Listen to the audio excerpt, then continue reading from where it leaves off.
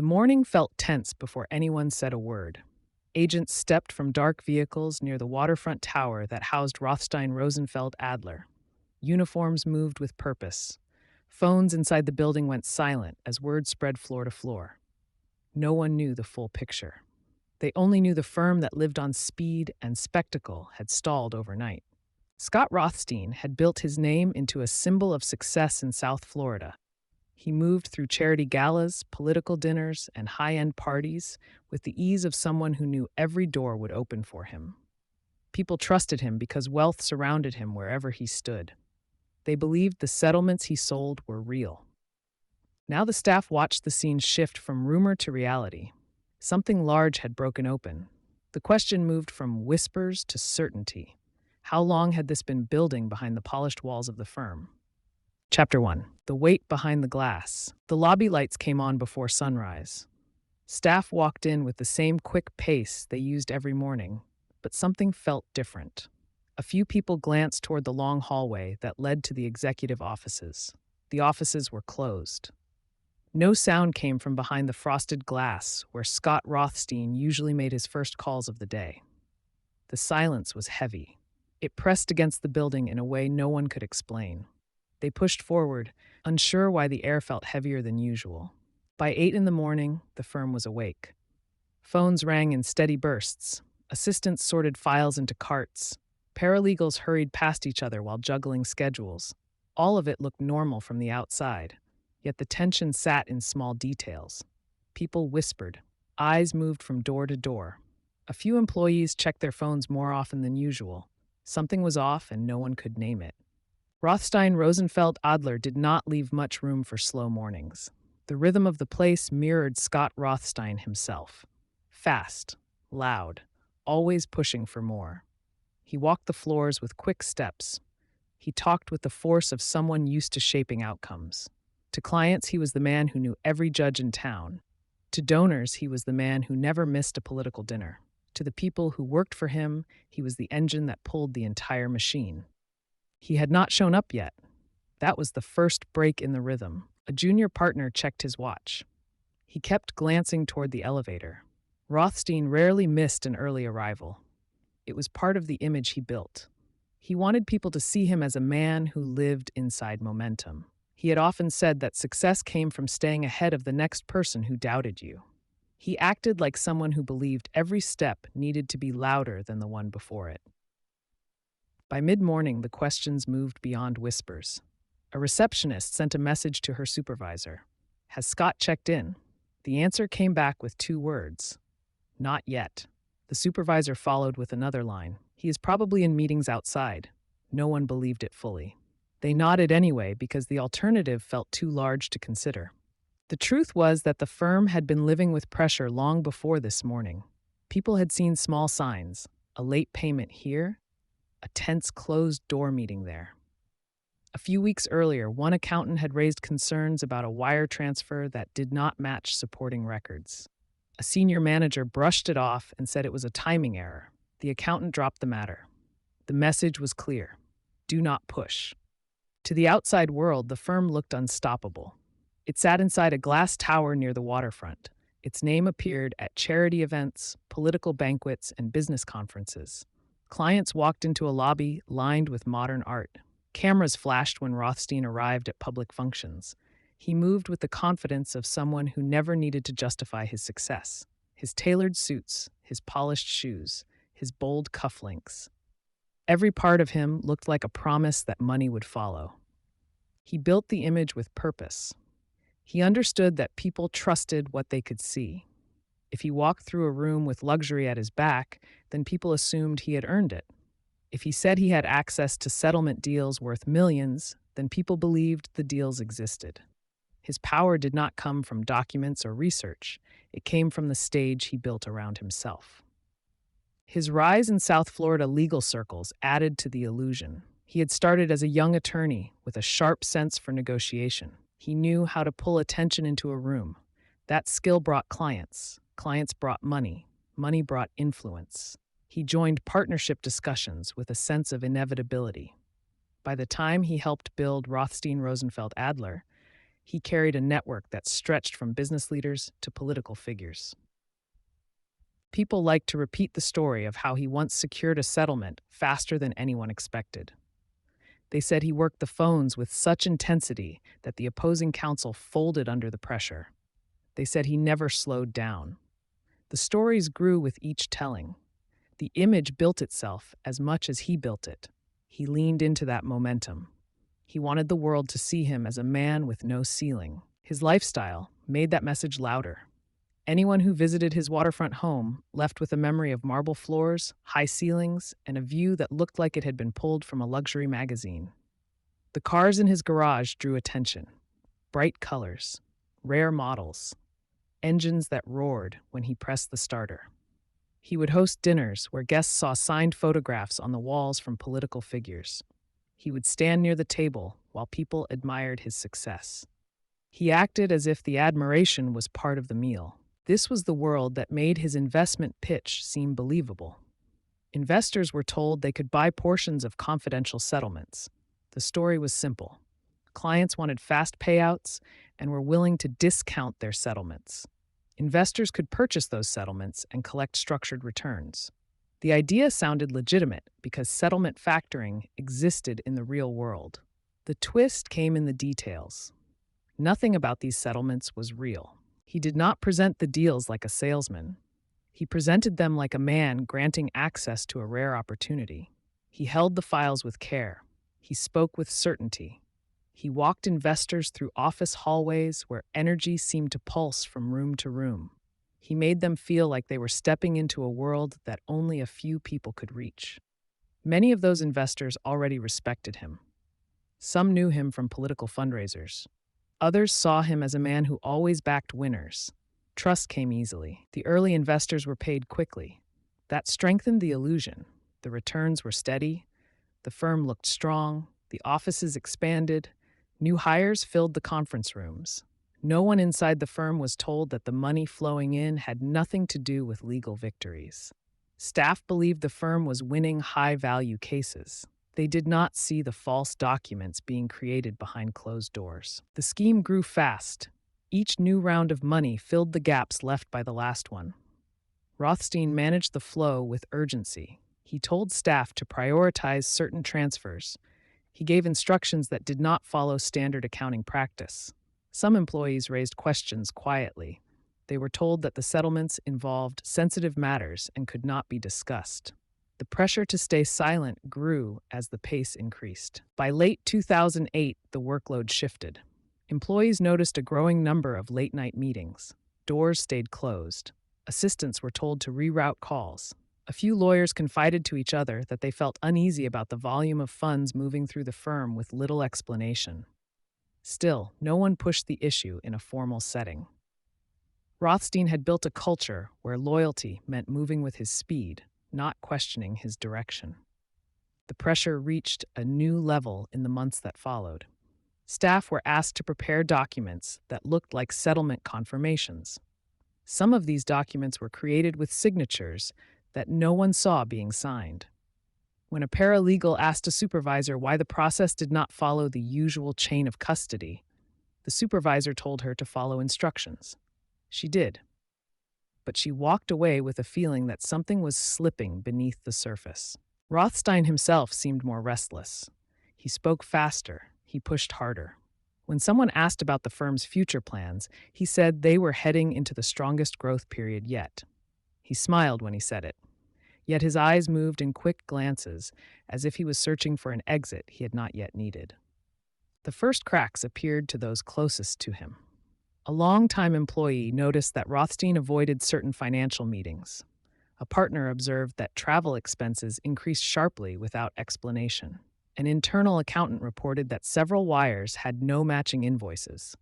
Each concern was pushed aside with urgent instructions to focus on client needs. The message was clear: keep the machine moving. By early 2009, the tension inside the firm had become a quiet undercurrent. People worked faster, but talked less. It felt as if questions hung in the air with no safe place to land. The firm had reached a point where the appearance of strength mattered more than stability itself. And the appearance held because everyone believed it needed to hold. The final sign came on a Friday morning when an assistant tried to confirm a meeting with an investor. She searched for the file on the internal system.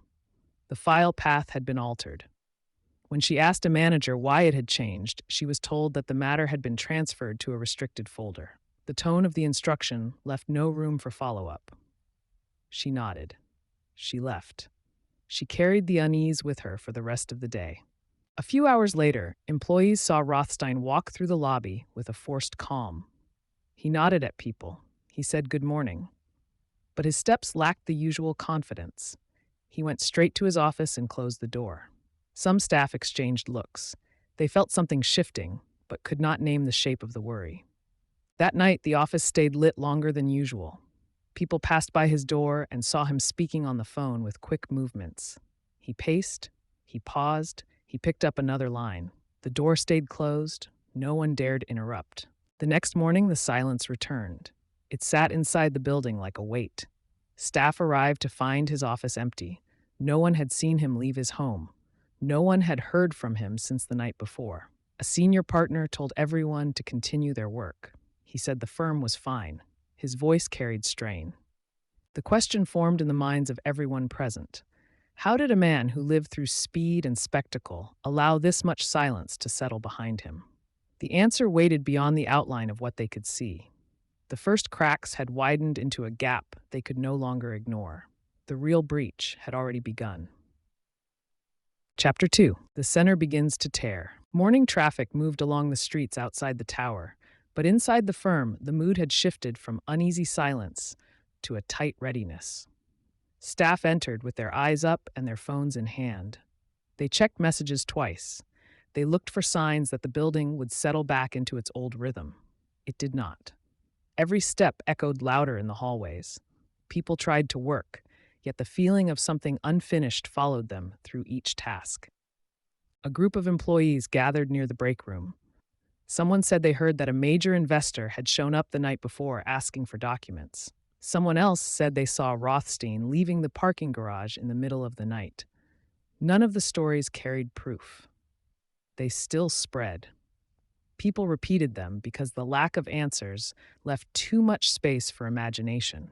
In a place built on confidence, the absence of clear direction felt dangerous. The investment program that ran through the firm had reached deep into South Florida's business community. The victims came from every corner of that world.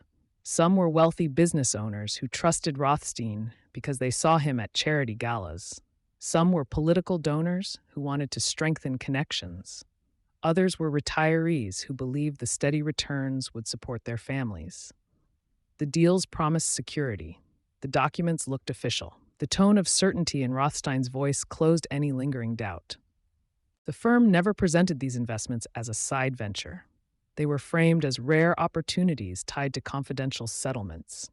Investors were told that parties in those settlements were willing to sell their payout rights for immediate cash at a reduced value. That alone could have been plausible. But the interest rates offered were far higher than industry norms. The documentation carried authenticity at a glance, but deeper review would show that many signatures were copied images placed on new pages. Inside the firm, the mechanics of the scheme grew more demanding. People in accounting handled transfers they did not understand. Assistants prepared intake files for investors they had never met. The pace left little room for questions. When concerns surfaced, managers insisted that the settlements involved private matters. Confidentiality explained everything. At least that was the line used. Staff accepted it because they wanted to believe the firm was rising, not sinking. One former employee later said that the pressure came from the top floor. The message was simple: do not slow the process. If something looks unusual, keep moving. The firm paid well. The offices sparkled. Promotions looked possible. In environments like that, silence grows naturally. People assume the success they see must have a solid foundation. They do not imagine that the foundation is air. Even so, some employees had begun to question Rothstein's choices. Months earlier, he had pushed for more political donations. He hosted gatherings where guests walked through rooms filled with displays of wealth. He brought investors into his home and allowed them to see the scale of his lifestyle. These invitations were part of the illusion. When people saw him surrounded by luxury, they assumed he was a man whose financial success came from legitimate sources. The staff watching these displays felt a mixture of pride and confusion. The firm had grown quickly, but the gap between normal law firm revenue and Rothstein spending widened by the month. People asked each other how the math worked. The conversations stayed quiet. Staff did not want to be seen as questioning the firm's leader. The political world amplified Rothstein's credibility. He attended fundraisers. He took photos with state and federal officials. He donated large sums to campaigns. He traveled in circles that most attorneys never entered. These actions carried weight. Investors believed that someone with that level of access must operate within legal bounds. They thought political connections served as a kind of shield. They did not realize those connections were part of the sales strategy. Meanwhile, inside the accounting department, irregularities kept appearing. A junior accountant noticed that certain transfers were routed through multiple internal accounts before going to investors. When she tried to match those transfers to invoices, the numbers did not align. She flagged the issue to a supervisor. The supervisor told her to finalize the ledger and let leadership handle the justification. She followed instructions, but she carried the concern with her. A partner who had joined the firm during one of its expansion periods noticed another irregularity. He tried to review documentation for a large investment that had supposedly closed months earlier. The files were incomplete. Some were scanned copies with no originals in the system. He approached a senior figure at the firm who told him that the documents were sealed for confidentiality. The partner left the conversation with more doubt than certainty. The firm's operations became more chaotic as the scheme expanded. Investors began calling more often. They wanted updates on their settlements. Some wanted to increase their positions. Others asked for earlier payouts. Rothstein used his charisma to handle them. He promised results. He told them he had everything under control. He spoke with the force of someone who believed his own story. That confidence carried the illusion. Behind the scenes, the numbers were deteriorating. The flow of new money slowed. The volume of obligations grew. The structure depended on incoming funds. Without them, the entire scheme would collapse. Rothstein pushed harder for new investors. He sent staff to prepare conference rooms for meetings that moved at rapid speed. He used his public profile to attract wealthy individuals who wanted access to the next opportunity. By mid-2009, the tension climbed. Staff reported that Rothstein seemed more agitated. He called meetings with a sharp tone. He pushed deadlines forward. He demanded faster responses from everyone. Some employees said he looked exhausted. Others said he had lost patience. The mood in the building shifted. The atmosphere that once felt energetic now carried a sense of urgency that bordered on panic. Banks started raising questions. One financial institution noticed the high volume of wires moving through accounts that did not match typical law firm activity. They contacted the firm for explanation. Rothstein responded with assurances that the transactions were tied to large settlement payouts. He offered documents. Some matched, some did not. The questions continued. A major turning point came when a bank froze a transaction pending review. This forced delays in investor payouts. Internally, staff scrambled. They tried to reroute funds. They searched for backup documents. When they could not find them, they contacted Rothstein directly. He told them to stay calm and wait for his instructions. People waited, but the silence from his office grew longer. This freeze exposed a weakness in the system. The scheme required constant motion. If one channel closed, the pressure shifted to another. If too many questions appeared at once, the structure risked collapse. Rothstein felt the weight of that pressure.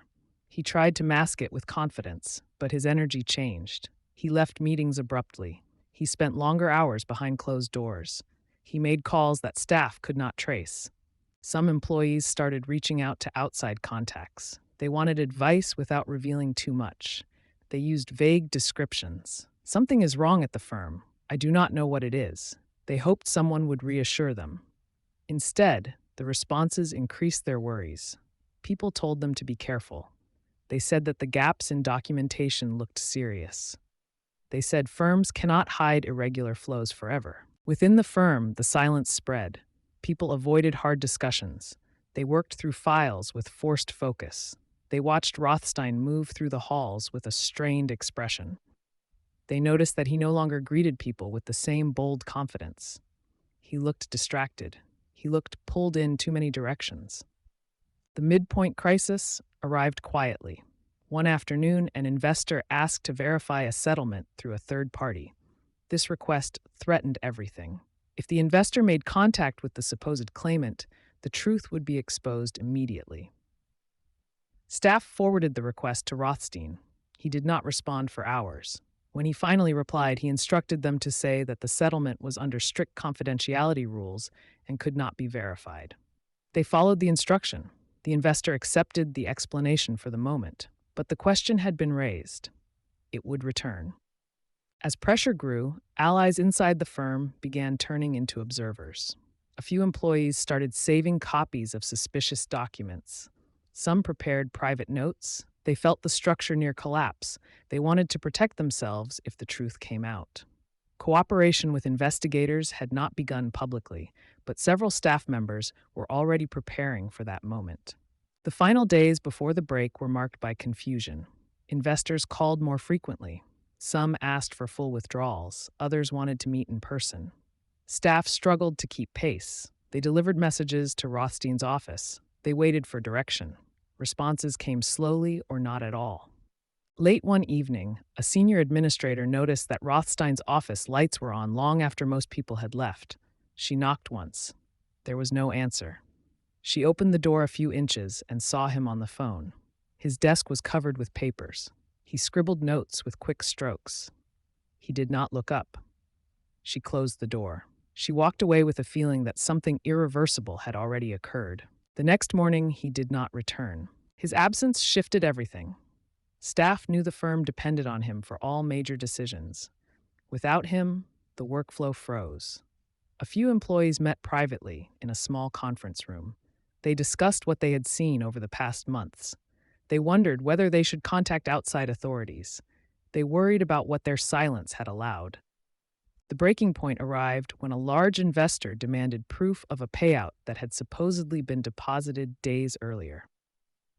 When staff could not provide evidence, the investor grew alarmed. He said he would come to the office. He said he wanted answers. This call set off a chain reaction. Messages were sent across departments. People gathered files. Supervisors tried to calm the situation. They realized they had no solutions. The sense of structure that had held the firm together began to collapse. People watched the process unfold with the awareness that they were standing inside a moment too large to manage. They knew that once the truth reached the surface, the building would never return to its old rhythm. The question that had hovered for months now sharpened. What had pushed a successful attorney to build a scheme so large it consumed his entire firm? The answer waited just beyond view. The collapse had begun. The truth was about to surface. Chapter 3. The Collapse and the Cost. The morning he vanished set the final chain in motion. Staff arrived expecting direction, hoping his absence was temporary. Instead, they found the office frozen. Messages piled up. Investors kept calling. Every unanswered question became sharper. People stood by their desks with the look of those waiting for impact. They knew something irreversible had begun. They just did not know how fast it would move. A partner tried to hold a brief meeting in the main conference room. He told the staff to remain focused on their work. He said Rothstein was handling a private matter and would return soon. No one believed the words. The tone behind them lacked conviction. The staff dispersed without speaking. The building felt hollow. The absence of its central figure exposed how much of the firm's structure depended on his presence alone. Outside the firm, the alarm spread faster. One investor arrived at the tower early in the morning. He asked for details about his settlement payout. When staff could not produce documents, he demanded to speak to Rothstein. They told him Rothstein was not in the building. He asked when he would return. They said they did not know. He walked through the lobby with rising anger. He made calls from his cell phone. His voice echoed off the glass walls. Others in the lobby listened. They heard his questions turning into threats of legal action. The illusion had cracked. Word traveled quickly. More investors called. Some drove to the office. One said he needed verification of funds he believed were already transferred. Another said he wanted his principal returned immediately. Staff could not provide answers. They searched the internal systems. Files were incomplete. Transfers stopped mid-flow. The gaps became undeniable. It reached a point where no one could hide behind excuses of confidentiality anymore. The firm's senior leadership gathered in a small room behind the executive offices. They tried to review the books, they tried to track the investments. They realized how little they understood about the flow of money. This was the moment the truth began to take shape. The settlement program was not a side operation within the firm. It was the core of the entire financial structure. Without new investor funds, nothing held together. And there were no new funds coming. By midday, the panic spread into the surrounding business community. Investors who had trusted Rothstein called each other. They shared fragments of information. They visited banks. They tried to trace transfers. What they found raised deeper suspicion. Some accounts were empty. Some showed movement of funds in patterns that made no sense for legitimate settlement payouts. Banks began internal reviews. Executives contacted federal authorities. The structure that had been built on confidence could not survive scrutiny. While this unfolded in the office, Rothstein was already on a flight to Morocco. He carried small bags. He left behind the appearance of stability he had maintained for years. His departure confirmed what many feared. He knew the scheme had reached its limit. He sought distance before the truth surfaced fully. His move shocked those who learned of it later. A man who built a public identity around control had chosen escape. Inside, the firm's staff watched the day break apart. The calls grew more aggressive. Some investors arrived in groups. They demanded answers. They stood in the lobby with tense faces and raised voices.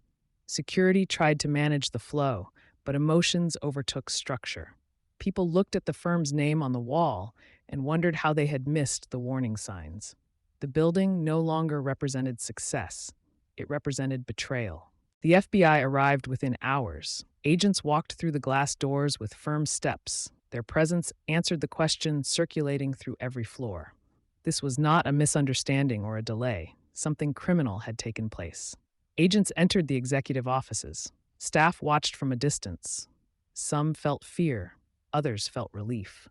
They had been waiting for someone with authority to take control. Agents requested files, electronic records, and internal communications. Some documents were missing. Others were altered. Digital logs revealed inconsistencies. The scale of the problem grew with each step. It became clear that the money owed to investors was far greater than anything the firm could produce.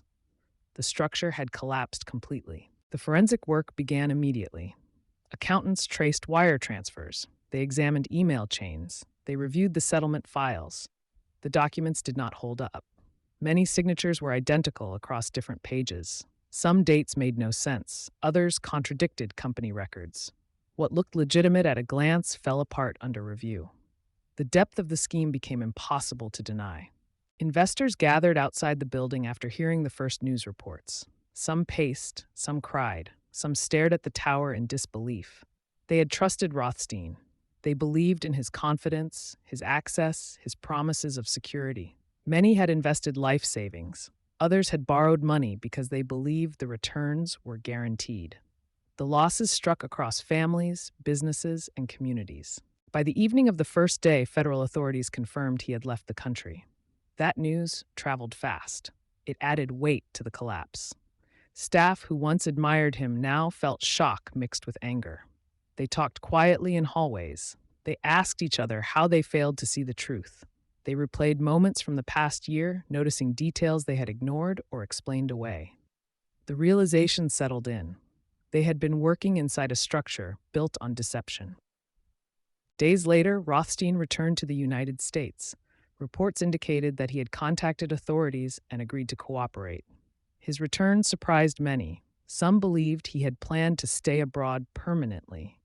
Others thought he came back because he saw no path forward alone. Whatever the reason, his return became the final acknowledgement that the scheme had ended. His cooperation allowed investigators to map the full structure. It revealed how long the fraud had operated and how many people it reached. During the investigation, he described the program in plain terms. He admitted the settlements were fictional. He admitted the documents were fabricated. He explained how investor funds were used to create the appearance of legitimate returns. He addressed the political donations. He said they were part of building influence and attracting new investors. His statements filled the gaps that staff and investigators had struggled to understand. The law firm did not survive the fallout. It entered bankruptcy. Employees lost their jobs. Some faced scrutiny and questions about their roles. Most were cleared. Many felt lasting damage to their reputations. They had spent years believing they were part of a rising firm. Instead, they learned they had been part of a structure built to mask a fraud. Victims worked through long recovery processes. Some received partial restitution through asset seizures. Others faced permanent financial loss. The emotional toll remained. People who once trusted the legal system questioned their judgment. They felt the impact not only in their bank accounts, but in their view of trust and access. Rothstein eventually received a 50-year sentence. The courtroom heard from victims. They described their losses. They described their trust. The sentence reflected the scale of the harm. The judge noted the sophistication of the fraud and the damage it caused to public confidence. The outcome marked the end of the legal process, but not the end of the questions raised. The aftermath revealed weaknesses in oversight systems. Banks had raised concerns but lacked full visibility. Staff had sensed irregularities but lacked support to investigate. Investors trusted personal connections more than documentation. Political circles accepted large donations without asking deeper questions.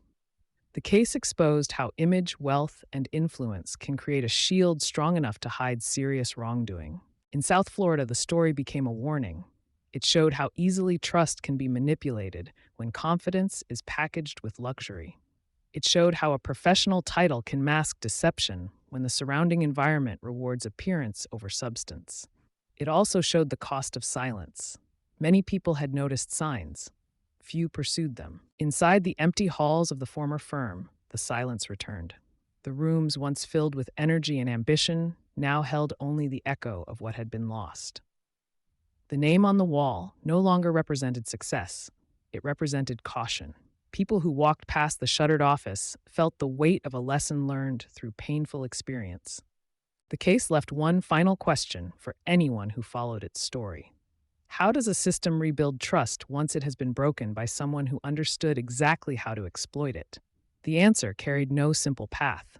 The damage had been done. The cost had been counted. The truth had surfaced, but the scar it left would remain for years to come.